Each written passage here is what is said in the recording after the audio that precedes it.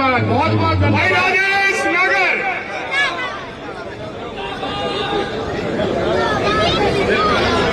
आज के कार्यक्रम के हमारे मुख्य अतिथि भाई राजेश नागर जी आ चुके हैं।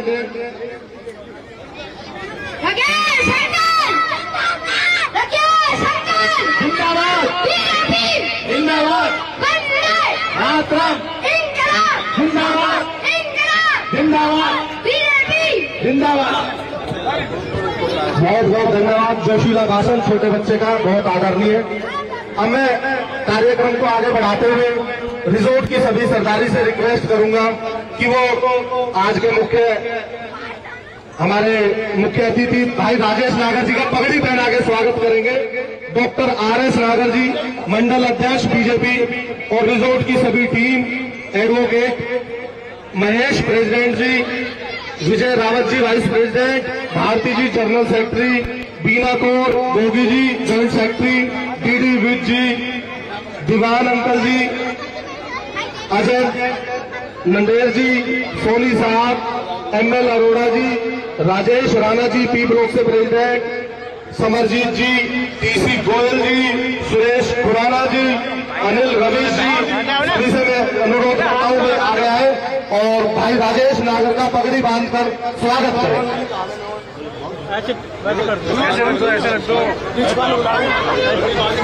सेक्टर 9 से RWA से आए अदाना साहब का भी हम स्वागत करते हैं और उनसे चाहेंगे कि भाई को पगड़ी पहना के स्वागत करें।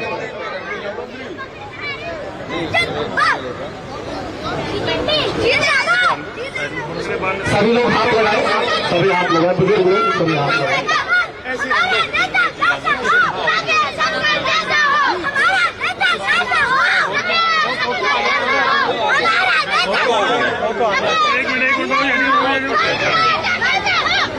बच्चों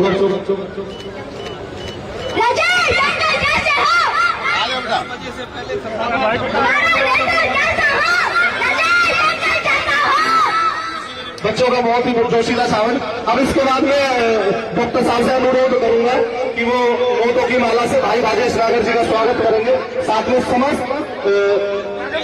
समस्त रिजोर्ट की टीम आएगी और उनको हाथ लगाएगी। डॉक्टर RS नागर जी, आप सरपंच साहब आगे आ जाए, MP नागर जी आप आगे आ जाए। सभी लोग नोटों की माला से हमारे लोकप्रिय विधायक भाई राजेश नागर जी का स्वागत करेंगे। जोरदार तालियों के साथ स्वागत किया जाए, जोरदार तालियों के साथ।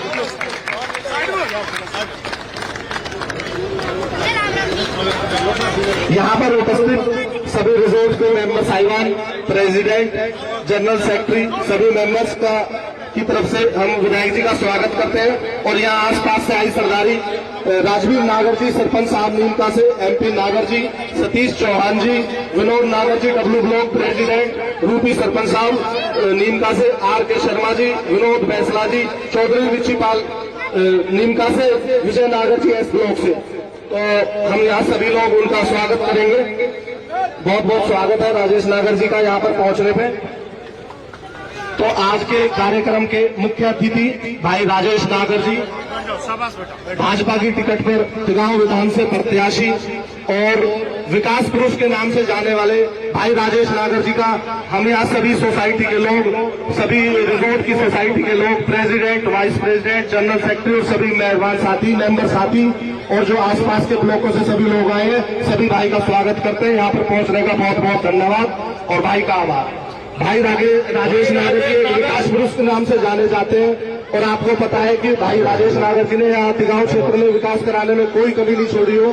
चाहे आप यहाँ जहाँ पर आप बैठे हैं इससे थोड़ी दूरी पर जो रोड है नीमका से सतपुरा को पक्का कराने का, डबल रोड कराने का कार्यक्रम हो, चाहे सेक्टर 2 से लेके नीमका तक को 4 लेन कराने का कार्यक्रम हो, चाहे तिगांव रोड के चारों तरफ फिरनी बनवाने का काम हो, चाहे साई अपार्टमेंट से लेकर बिहारी मार्केट तक का 4 लेन करवाने का काम हो, चाहे बतौला चौक से लेके और तिगांव तक 4 लेन बनवाने का काम हो, चाहे किसी भी पावर हाउस को बनवाने का काम हो, चाहे कॉलोनियों को, आपको ज्ञात होगा राजेश नागर जी के कार्यकाल में सैकड़ों कॉलोनियां ऐसी हैं जो इन्होंने पास कराई है और पक्की कराई है।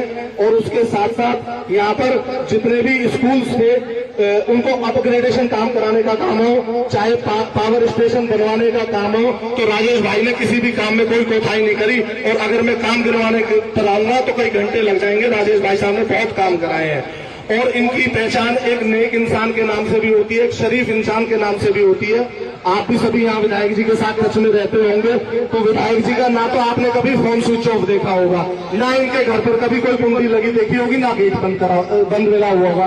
कभी भी चले जाओ 24 घंटे विधायक जी का गेट भी खुला मिलता है और फोन भी ऑन मिलता है। अगर किसी कारण से विधायक जी किसी का फोन भी नहीं उठाते हैं तो उसको कॉल बैक करते हैं। इतने सज्जन और शरीफ हमारे विधायक जी है, तो ऐसा विधायक आपको कहाँ मिलेगा। तो सभी लोग जोर से तालियां बजाएंगे और विधायक जी का बिल्कुल साथ देंगे, समर्थन देंगे। और विधायक जी के साथ सरलता के साथ साथ और विधायक जी का सरलता और शालीनता के कारण ऐसा नहीं है कि अपना काम कराने में कोई कमी पीछे छोड़ते हो। तो कुछ ही दिन पहले जब यहाँ पर पूर्व मुख्यमंत्री मनोहर लाल जी आए थे तो उन्होंने भी पुरजोर तरीके से कहा था कि आज तक जितने भी यहाँ फरीदाबाद में विधायक है, अगर डंके की चोट पे कोई काम कराता है तो भाई राजेश नागर कराते हैं। आपने देखा होगा स्पेशल सीएम साहब ने कहा था कि अगर अपने काम कराने पे आ जाए तो राजेश नागर जी कोई कोताही नहीं बरतते। तो ये अपने काम कराने में भी बिल्कुल माहिर है और आपकी कार्रवाई करने में, आपकी सुनवाई करने में, आपकी जितने भी समस्याएं होती है उनको निपटाने में राजेश नागर जी भरपूर तरीके से आपका साथ देते हैं। और इनके काम कराने में जैसे मुख्यमंत्री ने कहा, ऐसे ही मैं आपको एक उदाहरण देकर बताना चाहता हूँ। जितना भी सरकार का अमला होता है, जो प्रशासनिक अमला होता है, या जितने विधायक मंत्री एमपी होते हैं, इनको अगर किसी से भी काम कराना होता है अपने क्षेत्र में तो वो मुख्यमंत्री से कराते हैं। पर अगर कोई सरकारी अमला, एसडीओ है, एक्सडीएन है, सेक्रेटरी है, चीफ सेक्रेटरी है, वो भी कराने का काम आता है तो हमारे विधायक जी सीधा चीफ सेक्रेटरी के दफ्तर में घुसते हैं। वो भी खड़ा होकर मिलता है कि आओ नागर साहब और बताओ कि क्या काम है, आपको पहली कदम से करके देता हूँ। तो ये राजेश नागर जी का भी प्रभाव है, इसलिए वो उनको काम करके देते हैं। और विधायक जी का पहली लिस्ट में नाम आया ये उनके कार्यकालों की तरफ से। तो सभी लोग जोर से एक शानदार तरीके से तालियां बजाएंगे और विधायक जी का स्वागत करेंगे। अभी मैं तो विधायक जी ने कोई कसर नहीं छोड़ी और आपका अब भी कोई काम आएगा तो आप बेझिझक विधायक जी को कह सकते हैं। और हम यह आश्वासन देते हैं, आपको आश्वस्त करते हैं, पहले भी आपको 2014 से लेके आज तक अगर कोई आपकी सोसाइटी में आया तो राजेश नागर जी आए और आपके साथ खड़े रहे हैं। चाहे मास्टर रोड की कनेक्टिविटी की बात हो, चाहे आपकी साफ सफाई की बात हो, या बीपीटीपी से किसी भी अधिकार की लड़ने की बात हो, तो नागर साहब ने उनको बुलाया, उनके अधिकारी को बुलाया और उनको धमकाया है कि अभी काम करो।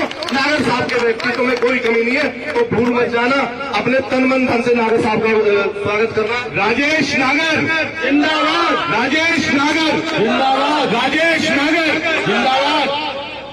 और मैं समय की बाध्यता है, आप 8 बजे से लगातार यहाँ बैठे हैं और लगभग अब 9:45 बजे, तो मैं चाहूंगा राजेश नागर जी अपने वक्तव्य दें। भारत माता की जय, भारत माता की जय।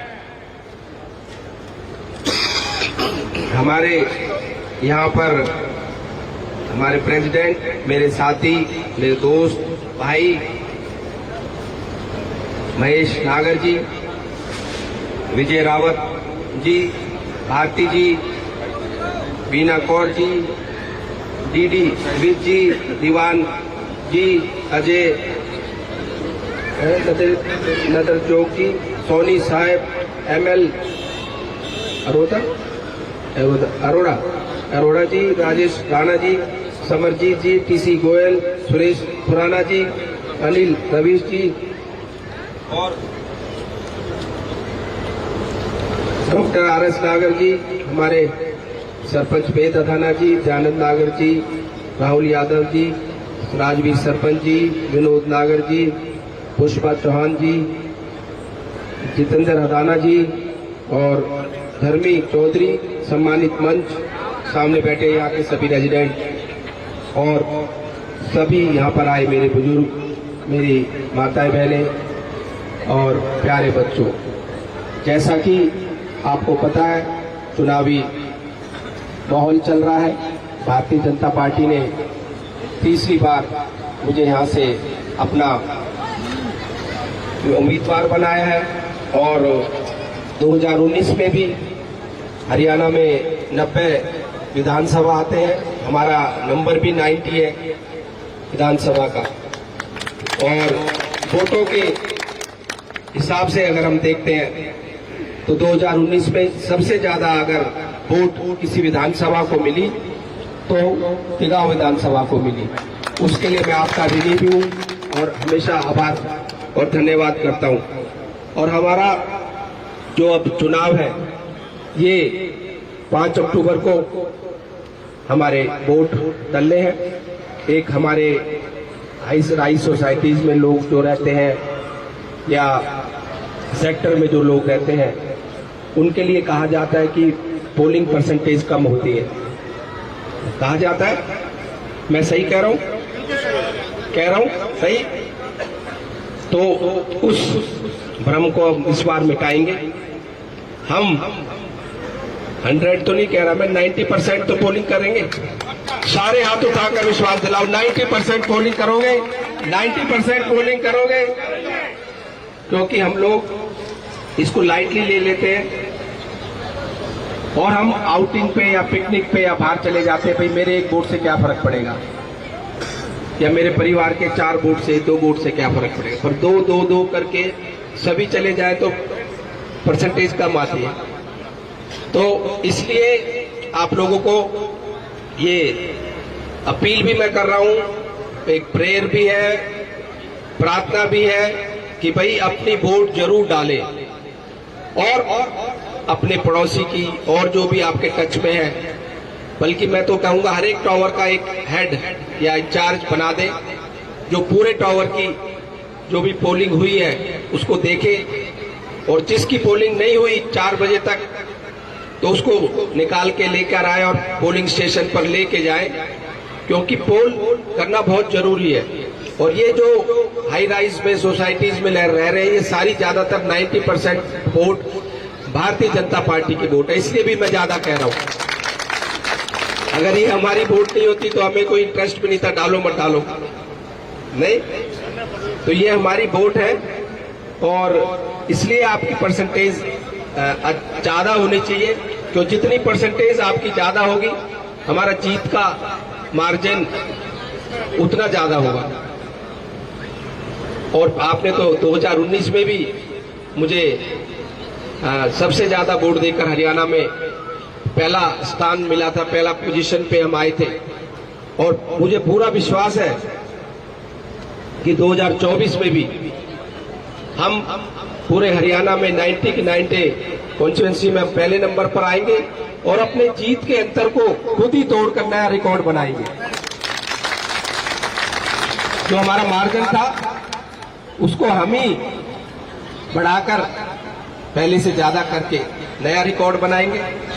और रही बात विकास की, आप लोग बुद्धिजीवी लोग हैं, आप लोगों को ज्यादा बताने की समझाने की जरूरत नहीं है, पर कुछ मोटी मोटी बातें मैं आपको बताना चाहता हूं।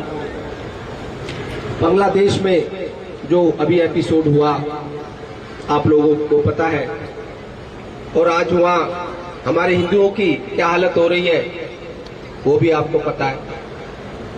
और वहां की प्राइम मिनिस्टर इंडिया में क्यों आई? उनकी कम्युनिटी के 58 के करीब कंट्री है ऑल ओवर वर्ल्ड में, पर इंडिया में क्यों आई? क्यों उसको यहाँ अपने आप को सेफ समझा, भरोसा था, विश्वास था हमारे प्राइम मिनिस्टर के ऊपर, तो इसलिए इंडिया में आई। बाई चांस भगवान ना करे हमारे पे ये बात आ गई, वो तो इंडिया में आ गई, आ गए या आ गई, हम कहाँ जाएंगे? हमें तो कोई लेने वाला ही नहीं है कोई? बताओ।